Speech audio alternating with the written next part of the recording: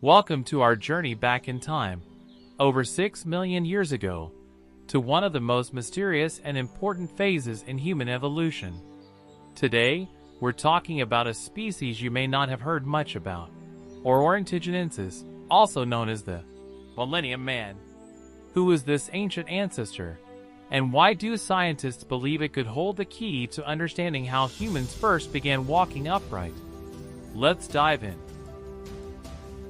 Around 6 million years ago, the Earth was a very different place.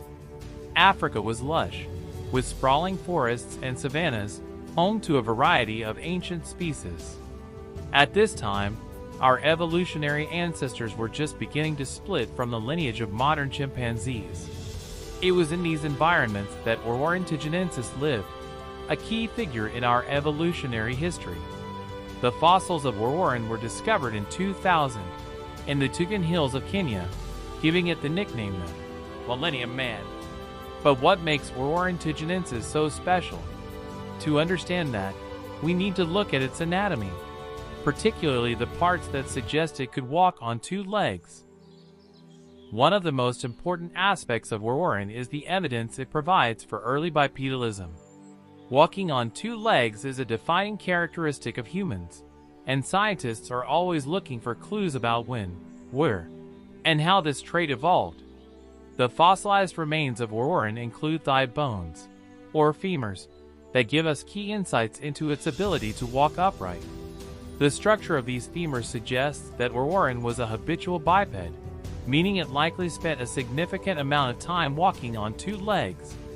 The femur has a thickened bone tissue at the top, which is a trait seen in later hominins like Australopithecus and early humans, who were also bipedal.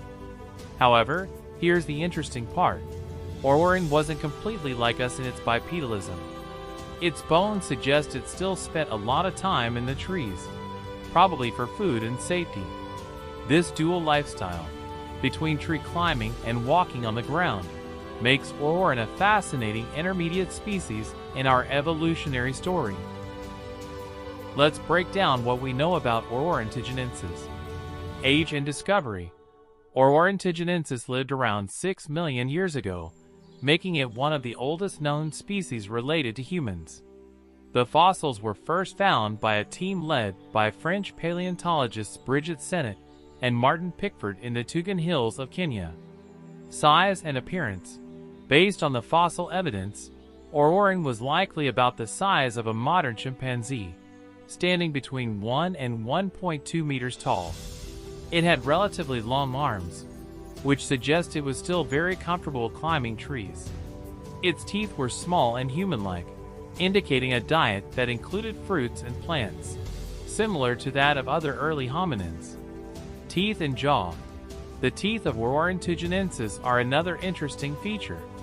While they share some similarities with both chimpanzees and later hominins, the size and shape of Orrorin's teeth suggest it had a diet that was more varied, which may have included hard plant materials, fruits, and leaves. The pelvis mystery. One thing we don't yet have from Orrorin is a complete pelvis. The pelvis is crucial for understanding bipedalism because it shows how the muscles attached and allowed for upright walking. However, based on the femur and other partial remains, most researchers agree that Orrorin was among the earliest known bipeds. Another fascinating aspect of Orrorin's life is the way it combined tree climbing with ground walking. Imagine an environment where survival meant being able to move quickly on the ground to find food or escape predators, but also being agile enough to climb trees for safety or to forage. Orornithogenesis likely spent its days walking between patches of forest and savanna, using its bipedal abilities to cover ground efficiently, but retreating to the trees when necessary. This combination of behaviors could have been the perfect adaptation to a changing environment, where forests were gradually giving way to more open landscapes. Since its discovery, Orornithogenesis has sparked significant debate among scientists. Some argue that Orrorin is one of the key ancestors of modern humans, while others believe it may represent a separate branch that eventually went extinct. One of the major points of contention is the lack of a complete skeleton. We only have a handful of fossils from Warren, which makes it difficult to draw definitive conclusions. However, the fossils we do have tell us enough to know that this species is an important piece of the evolutionary puzzle. So, what does Ornithogenensis tell us about our origins? It shows us that the story of human evolution is more complex and fascinating than we ever imagined. Walking on two legs, something we take for granted today, emerged millions of years ago in a species that was still at home in the trees. By studying fossils like Warren, we gain a deeper understanding of how our ancestors adapted to their environments, setting the stage for the evolution of modern humans.